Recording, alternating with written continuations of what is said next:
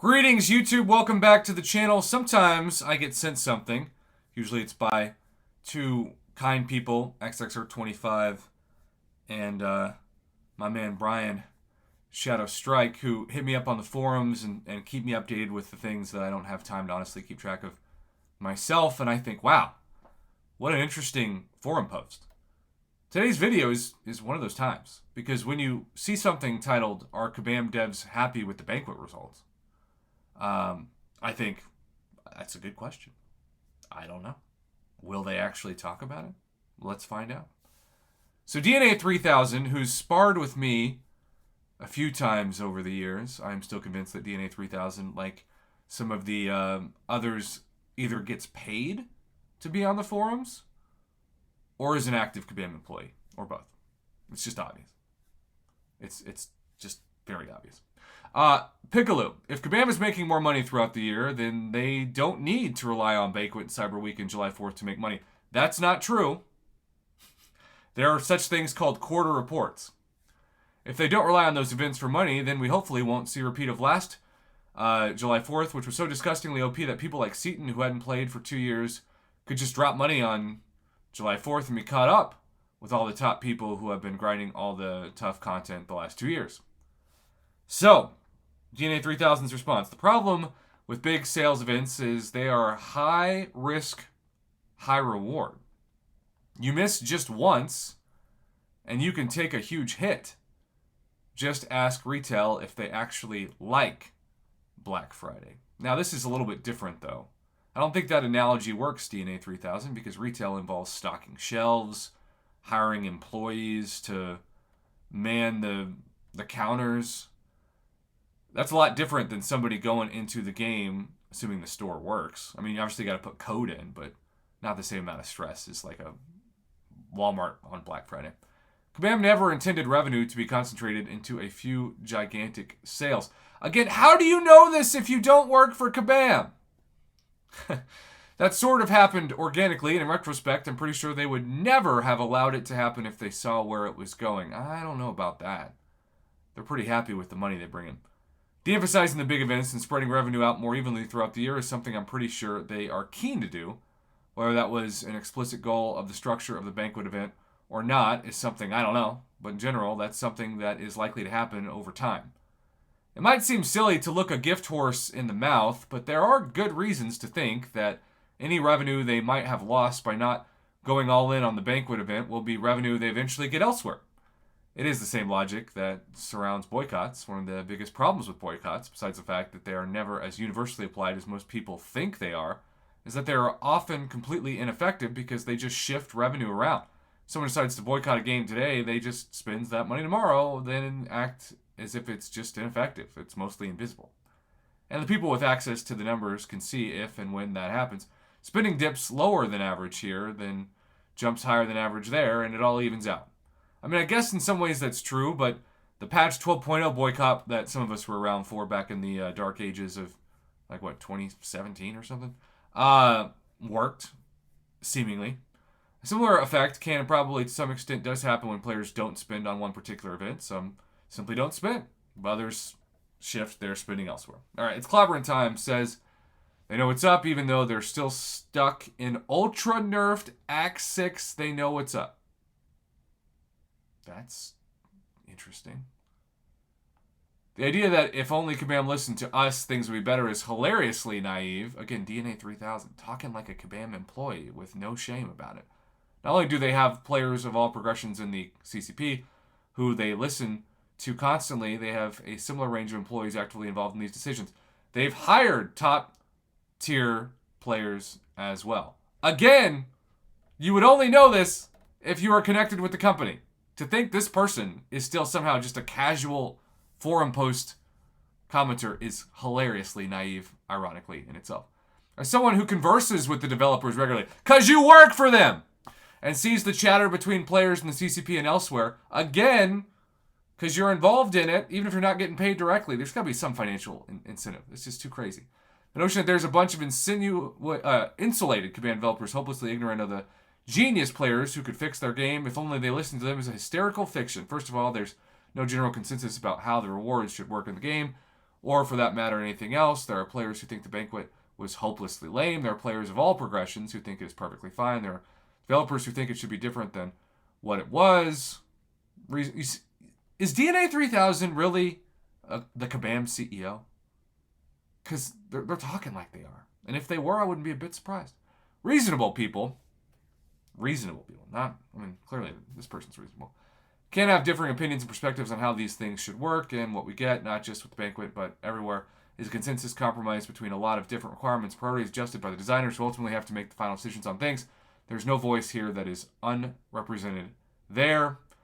So, this video could be 30 minutes long, and it would probably be the least interesting, or maybe not, video I've said. So in simple words, you are saying Kabam nerfed the banquet event to earn less so that they can make up for the loss they desired to make by earning from different events throughout the year. Again, I don't think that's necessarily true. In simple words, no. So eventually, is this a joke response? I genuinely can't tell. I've been playing this game for the past 8 years. I speak to people who have been playing the game for just as long. I follow countless content creators, see the forums on a daily basis, and the people who are invested, the people who spend and keep the game alive, generally have the exact same / very similar consensus on things. The things that Kabam had control over, just offers, Cyber Weekend offers, banquet events, new Alliance War tactics, Battlegrounds nodes, potions update, lack of store updates, lack of rewards updates, are almost all received negatively by the players that actually have experience, spend money, and have a right to have an opinion. You're telling me all this is exactly how the game should be run, in a way which the most valued players aren't happy with Kabam's decisions? I'm saying the game's dying. Now that is quite the statement. I am saying the game's dying, or anything like that in the slightest. Okay, so maybe you're saying I'm not saying this, because you forgot the word not. I'm not saying the game's dying or anything like that in the slightest. What I'm saying is that Kabam is obviously ignoring the player base. Example, last Battleground season had extremely low scores for the Gladiator Circuit brackets. Current War season has Masters level alliances not even trying, which is a combination of nodes that the developers are happy about, and the extortionate potion situation. And now Banquet event has had one of the lowest spends in recent years, as we can see from second and first spending less than $100,000 between them, compared to $120,000 for just one person last year. Wow. That's news to me. Kabam have done some great things this year, but can and should be doing so much better, and every month they're being told by the player base that what they want and getting feedback that goes unheard. DNA 3000 comes back, and then we have Kabam crashed. I don't know if I've covered a Kabam crashed comment before. Hey everyone. I thought this would be a good place to share some of my closing thoughts on the banquet this year. This is not me making excuses, but just trying to be as transparent as possible about what I and the others responsible for the event were thinking as we learn from it and move into 2024. I want to start by saying the team absolutely understands your concerns, and we do care about them. The part of our community that engages in dialogue on our forums, YouTube, Reddit, and other social media represents a slice of our most engaged long-term fans. We absolutely want to surprise and delight you, and in the case of the Banquet 2023, it's clear for many of you that that didn't happen. I think there are a few reasons why things ended up this way. The first was, as I said on one of our live streams, we wanted to do everything possible to encourage people to do Necropolis by moving rewards away from offers and into content. We tuned rewards through the end of this year and into the first part of next year accordingly. This was successful. Our engagement with Necropolis has exceeded even our highest expectations. That is newsworthy in itself. However, I do agree, despite this, that portions of the banquet event ended up undertuned, particularly the rank up materials and the milestones and ranked rewards. True. The second reason is that internally we valued the limited pool 7-star Gifted Guardians crystal higher than a lot of you did. I certainly didn't value it at all. I opened 2 of them and shrug my shoulders. To us, it carried enough value that it would make the milestones worth it. Overall, the player base seemed to have agreed. More on this later, but clearly for some of them that was not the case.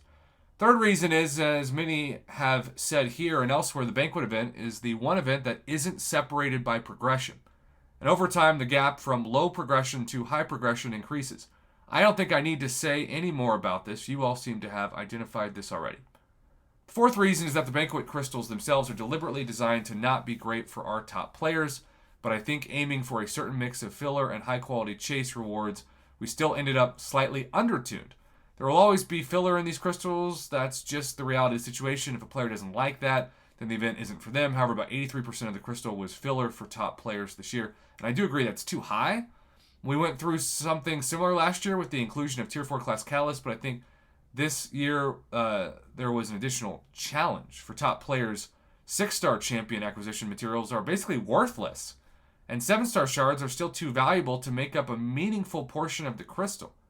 That's a really shocking statement, considering I just got 5,000 7-star shards from a free Valiant daily crystal this week. Without champion acquisition options to fill up the crystal, we ended up in a tough place. With all that said, I do want to address a couple concerns that I don't agree with. The first is the idea that the people who tune these events don't understand the game. I've seen various suggestions that we should hire more high-tier players to work on this content. That wasn't a problem in this case. Of the 7 people who worked on this event, 2 of us were Valiant before the start of December. 2 are high Paragon players who have completed Necropolis, and the remaining 3 are either Paragon or Thronebreaker. If anything, compared to the population of our players, our team is top-heavy. We knew generally where this event would land, and that the game wasn't as good for our in-game players compared to last year relative to the current state of the game. Again, I think the main difference is perception, is the value we placed on the Gifted Guardians crystals. The value we placed on that crystal took up too much of the reward budget and directly resulted in the rank-up resources being undertuned in the milestones. We also could have included some Tier 4 Alpha in ranked rewards. Yes! Below the top 90. Yes, thank you. I said that in multiple videos, and people were commenting like, Prof, that's too unrealistic. Well, not really. That's what people need, especially these Paragon players that are 1 rank 3 away from Valiant. Probably some more 6-star 4 to 5 rank up gems. That'd be nice. Second is that despite a negative response from our engaged community, Banquet 2023 was probably successful. I'll be honest, after seeing the initial reaction on these forums, I was pretty worried, but in the end, players opened a lot of Banquet crystals, ultimately 34% more than last year. 34%, that's huge. Part of this was that players have more units going into the event this year, but a bigger reason was that despite common belief, the Banquet event is actually one of our most broad-based sales events of the year. It's one of our least top-heavy events in terms of the percentage of participation coming from the top players. I know this is counterintuitive in some ways, given that it climbs the leaderboard, but it also makes sense when you think about how good the event was for lower progression players. They always benefit the most, y'all. Broadly, the player base as a whole did think the Gifted Guardians Crystal was worth completing the milestones for, so if you want to argue the event was bad because it left too many top players without the rewards they expected, by all means make that argument, and I'm sympathetic to it. But if you want to argue it was bad because it wasn't successful from the business and participation side, you're going to lose that argument, as it's based on the false premise that the event failed, which it very much did not. Now, 34% increase in crystals is crazy successful. Finally, bringing things back to the question at hand, are Kabam devs happy with the Banquet results? I can't speak for everyone on the team, but I would say overall I'm neutral. On the plus side, we get more players in Necropolis, had a very successful event. That broad-based participation didn't substantially devalue very much economically aside from the 6 Gifted Guardians. We still have a huge roster of unreleased 7-star champions, rank 3 materials, and other champion items like 6 stones and awakening gems that are holding substantial value. You could see a world where Banquet introduced 7-star awakening gems or 6 stones and it made more money in the short term and players were happier. But long term, we were in worse shape. On the downside, a lot of our most engaged players are pretty unhappy right now. With the Banquet event compounding concerns about Alliance War, Defender AI, the meta event, and other legitimate issues we need to address. Now, saying they're legitimate issues is progress. What I can say in closing is that we are listening and we are learning. We aim to surprise and delight as many of you as possible as we get into this new year. So much information. One of the longest videos I've done in the past calendar year, and obviously we're only a week into the new calendar year. I think this was one of the best posts I've ever read from Kabam. I really don't have any complaints about the wording of it. I think it was transparent. I think it was objective. I think it was neutral, as the commenter said. Look, I didn't think this game would still exist. I didn't think my YouTube channel would still exist. All of this feels like borrowed time to me. It's a bonus that I'm even making this video in my head. I do think the game is dying some, but that the player base can be shrinking and revenue can be increasing. Two things can be true at the same time. I do think there are far less people that I knew 8 years ago that still play the game now, but I also think that more people are willing to spend throughout the year versus just whale holidays. Everything from the Black ISO market to a 100-day daily card that, yes, take a shot, change the economy of the game forever. I don't know what to think about all this, but what I do know is that I spent the least I'd ever spent on the Banquet event, and I had no regrets. So for me, it was just something that I kind of laughed and thought, boy, these Valiant crystals are better than most of the crystals I'm opening, and that was kind of the design. I got Tier 4 Alpha Catalyst fragments from Daily Valiant more than I did from the Greater Banquet crystals, which again makes sense when you consider that Conquerors can open them. But overall, like 2024 is a make or break year for this game. Kabam just said it in this, and we're saying it as a player base. I would be surprised if the game was dead by the end of this year, but at the same time, I think there should be some alarm bells that are going off right now. And the Alliance War discussions, of which I'm not even a part of, seem substantially concerning as well. I know this is a longer video than normal, but I wanted to make sure I did it right. Hopefully that's okay. Thank you to those of you who actually listen to every second of this. I know it's like the 1% of the people who watch my channel that watch everything, but that 1% really means a lot.